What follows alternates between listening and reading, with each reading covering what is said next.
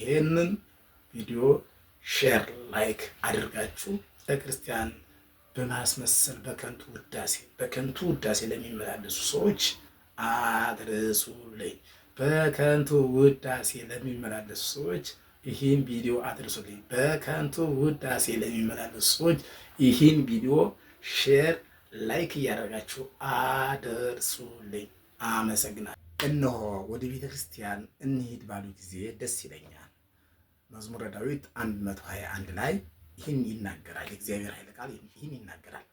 ወደ ቤተ ክርስቲያን ስንሄድ፣ ስንመላለስ፣ ስናስቀድስ፣ ማህሌት ስንቆም በቤተ ክርስቲያናችን ውስጥ ብዙ የእምነት ስራዎችን ስናከናውን ለጽድቅ እንደሆነ ይታወቃል። ስንቆርብ ለጽድቅ ነው። ስናስቀድስ ለጽድቅ ነው። ወንጌል ስንሰማ ለጽድቅ ነው። ስንመጸውት ለጽድቅ ነው። ወደ ቤተ ክርስቲያን ስንሄድ ለጽድቅ ነው። በቤተ ክርስቲያን እየተመላለስ የምናደርጋቸው ሁሉ ለጽድቅ ነው። እነዚህ የምናደርጋቸው ለጽድቅ የምናደርጋቸው ሁሉ ምን መሆን አለባቸው? በፍቅር ስንመላለስ፣ በትህትና ስንመላለስ፣ እግዚአብሔርን ስንወድ፣ ሰዎች ስንወድ፣ እግዚአብሔርን ስናከብር፣ ሰዎች ስናከብር፣ በቂም በበቀል ተይዘን ተውጠን ብንቆርብ ቁርባኑ ዋጋ የለውም። በቂም በበቀል በጥላቻ እየተመላለስ ሺህ ጊዜ ብናስቀድስ ቅዳሴው ለእኛ በረከትን ረድኤትን አያመጣም። ይህ ሺህ ጊዜ ብንመጸውት፣ ብንሰጥ፣ ብናበላ፣ ብናጠጣ በቂም በበቀል በጥላቻ በዘረኝነት ከተመላለስ ስጦታችን ሁሉ ከንቱ ነው። ያደረግነው ነገር ከንቱ እንዳይሆን ምን አለ? አንደኛ ቆሮንቶስ ምዕራፍ 13 ከቁጥር 1 ላይ እንግዲህ ፍቅር ከሌለኝ ምንድን ነኝ? ከንቱ ነኝ። እና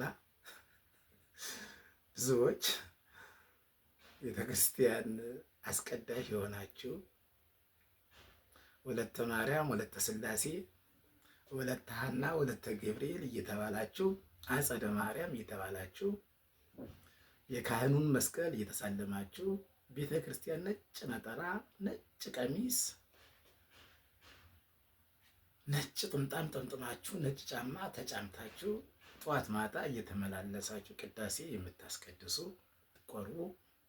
ቀጥሎም እንደው ለቤተ ክርስቲያን ሰበካ ጉባኤ ተመርጣችሁ ቤተ ክርስቲያን እናገለግላለን የምትሉ በከንቱ ውዳሴ ተጠልፋችሁ የወደቃችሁ ከንቱ ውዳሴ ወደ ቤተ ክርስቲያን የሚያመላልሳችሁ እግዚአብሔርን ብላችሁ ሳይሆን አባን ለማየት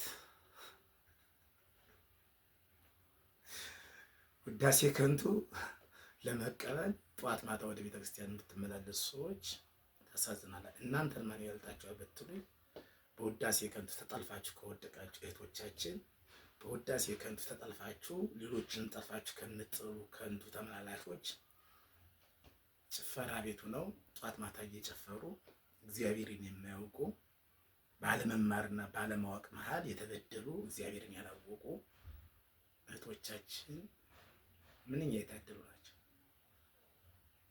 እነሱ እርግጠኛ ነኝ በእናንተ ቦታ ተተክተው ቢያስቀድሱ፣ በእናንተ ቦታ ተተክተው ቢቆርቡ፣ በእናንተ ቦታ ላይ ተተክተው ለቤተ ክርስቲያን ቢያገለግሉ፣ ቤተ ክርስቲያንን ቢያገለግሉ እርግጠኛ ነኝ ፈሪሃ እግዚአብሔር አላቸው።